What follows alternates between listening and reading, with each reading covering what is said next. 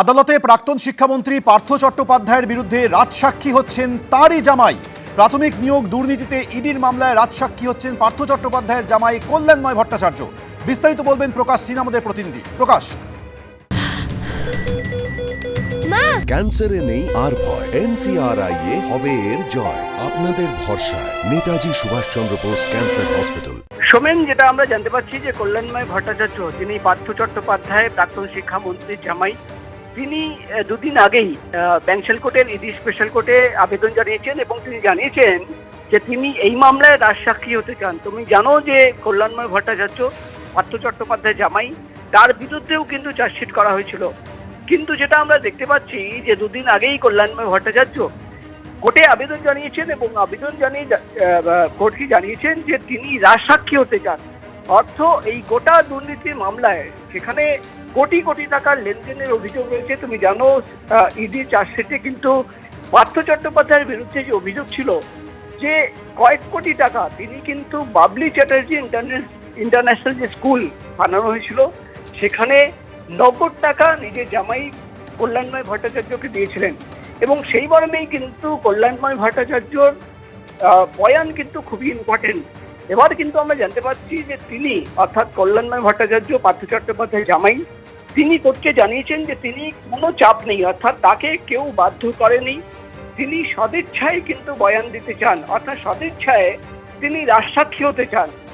এই মর্মে তিনি আবেদন জানিয়েছেন কোর্টকে। তিনি জানিয়েছেন যে তিনি বয়ান দিয়ে কোর্টকে জানাতে চান যে কিভাবে দুর্নীতি হয়েছে, দুর্নীতির টাকা কিভাবে পাচার করা হয়েছে এবং কোথায় লাগানো হয়েছে, অর্থাৎ কোথায় এই দুর্নীতির নগদ টাকা কোটি কোটি টাকা ইনভেস্ট করা হয়েছে।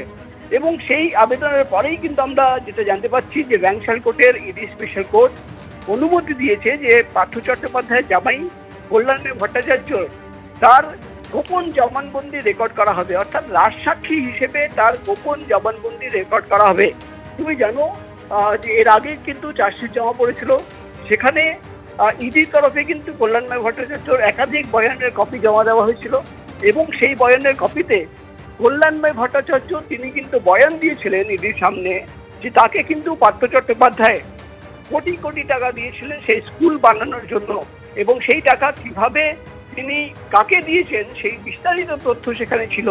কিন্তু এবার যেটা জানতে পারছি আমরা যে পার্থ চট্টোপাধ্যায় জামাই কল্যাণময় ভট্টাচার্য তিনি কিন্তু রাজসাক্ষী হচ্ছেন, অর্থাৎ পার্থ চট্টোপাধ্যায়ের বিরুদ্ধে তার নিজের জামাই কল্যাণময় ভট্টাচার্য তিনি কিন্তু রাজসাক্ষী হচ্ছেন।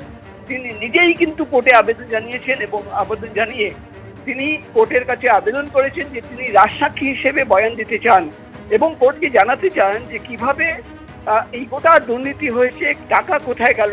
তুমি জানো ইডির যে প্রাথমিক নিয়োগ দুর্নীতি মামলা, সেই মামলার ইতিমধ্যেই বিচার প্রক্রিয়া শুরু হয়েছে, একাধিক সাক্ষীদের বয়ান রেকর্ড করা হয়েছে। তার মধ্যেই পার্থ চট্টোপাধ্যায় জামাই কল্যাণময় ভট্টাচার্যর এই ধরনের আবেদন, অর্থাৎ তিনি যে রাজসাক্ষী হতে চান, খুবই গুরুত্বপূর্ণ বলে ইডি আধিকারিকরা মনে করছে এবং ইতিমধ্যেই আমরা যেটা জানতে পারছি কোর্টের তরফে অনুমতি দেওয়া হয়েছে, অর্থাৎ কোর্টে যে আবেদন পার্থ চট্টোপাধ্যায় জামাই কল্যাণময় ভট্টাচার্য জানিয়েছেন সেই ব্যাপারে কিন্তু কোর্টের অনুমতি পাওয়া যাচ্ছে।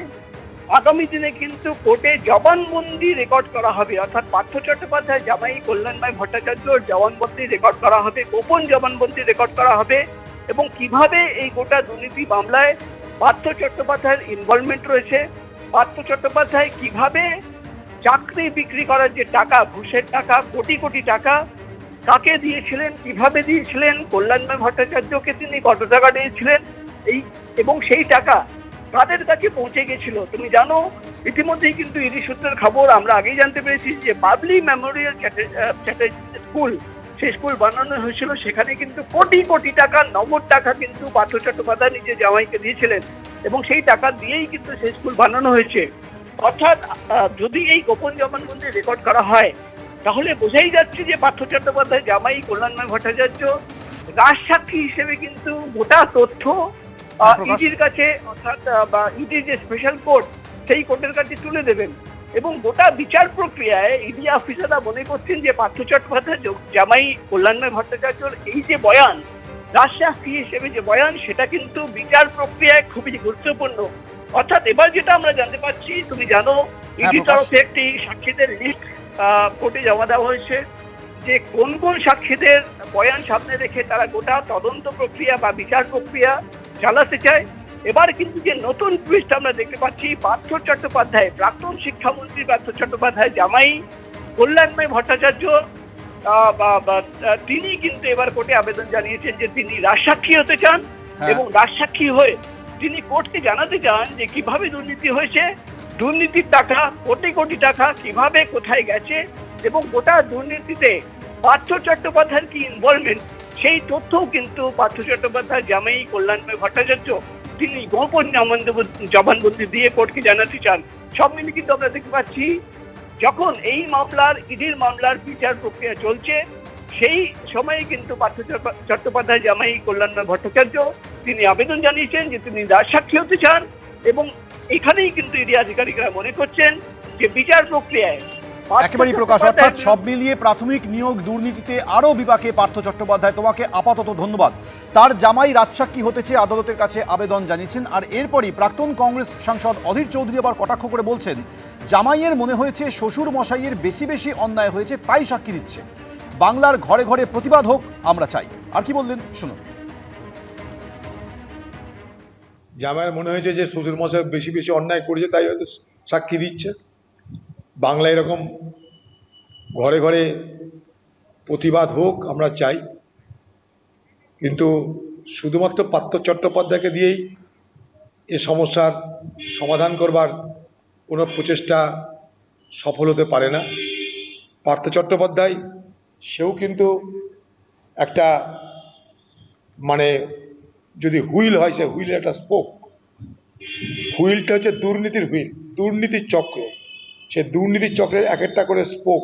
অর্থাৎ বাংলা জুড়ে এই দুর্নীতিমুক্ত কবে হবে, তার জন্য বাংলার মানুষ অপেক্ষায় থাকবে।